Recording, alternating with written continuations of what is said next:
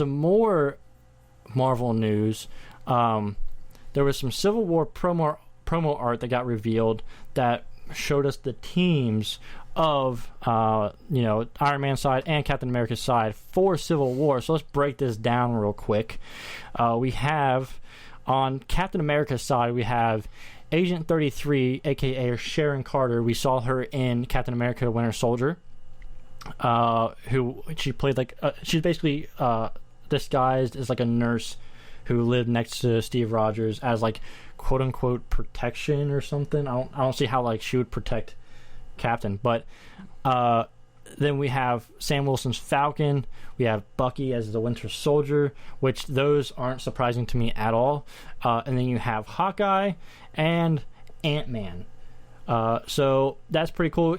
We heard the descriptions of the footage that came out from D23 saying that Ant-Man met Captain America, was all like super excited about, fanboying out just like any one of us would if we met Captain America. And also we see, I think it's Red Wing, which is Falcon's little like drone Falcon that it helps him with recon. So we see their costumes here. Falcon and Winter Soldier and Cap pretty much look the same. It looks like Agent 33 gets a little bit of an outfit here as well. And then Hawkeye, it looks like his outfit has been updated yet again to a dark purplish blue indigo type color. Yeah. And then let's move on to the Iron Man side. Of course, we got Iron Man.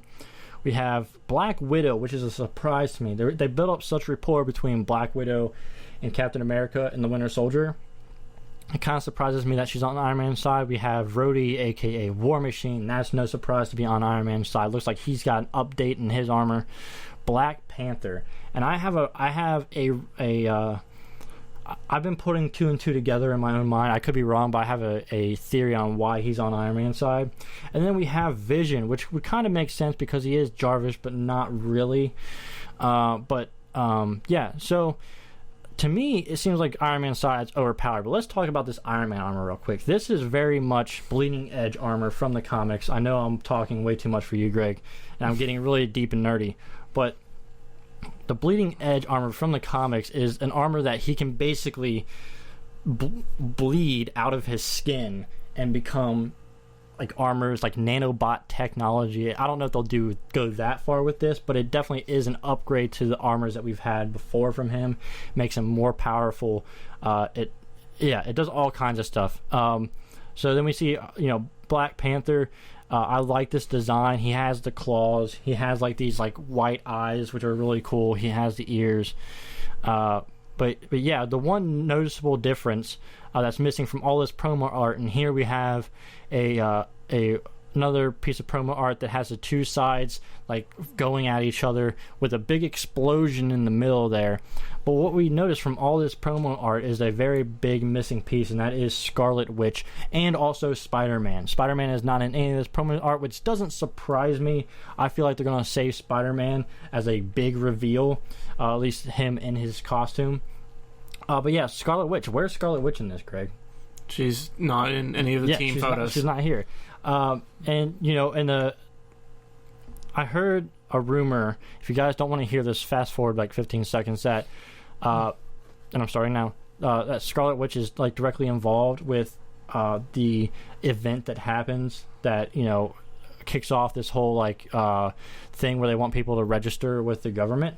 So if that's the case, maybe like that's why she's not on the side of either side, like she's being held directly accountable. So that'll be interesting to see if there's anything with that. But yeah, so what did you have any like impressions from this promo art at all? I mean, it does reinforce what that leak report from Latino Review a couple weeks ago saying what the sides were. Yeah. Here's Marvel saying, here they are. Yeah. I thought like the inclusion of Agent 33 was a little interesting, like to put her on par with the rest of these. Yeah, it is kind of weird because all she is just an agent. Like we talked about before, like as far as these sides are concerned, how do they match up? And I would say that Agent 33, as far as like what we've seen from her, she is the weakest link for any of these teams. Like she is no match for Black Widow or Hawkeye. They are like at a different level of being trained. So that's definitely that is an interesting point that you bring up. But I'm again like kind of the new armor for Iron Man, like whether like how closely it really is the bleeding armor from the comics versus like just stealing that design elements. That would be interesting to see. Yep. And we saw kind of with it at the end of Ant-Man, that he was going to be on there, so kind of seeing him there on the. I wonder if Ant-Man is going to. I think Ant-Man is going to have the same uniform that he had in the Ant-Man movie, because he is on Captain's side now. If he was on Iron Man's side, I could see him getting an upgrade, but if he's on Cap's side, I don't see him getting an upgrade. How busy Hank Pym's been. Yeah, and also Jeremy Renner as Hawkeye. It looks like he's getting some more purple to his uniform, at least in this promo art. Now his uniform in the movie could be very different, but it looks like he has like a long sleeve with purple all the way up. So that's super interesting. And one more thing we want to touch on about this Marvel stuff is that there's the footage from D23 hadn't been leaked in the weeks after D23, but a couple days ago it did get leaked. There were images and GIFs not released but leaked from somebody. I don't know who it was. We're not gonna post that here, obviously.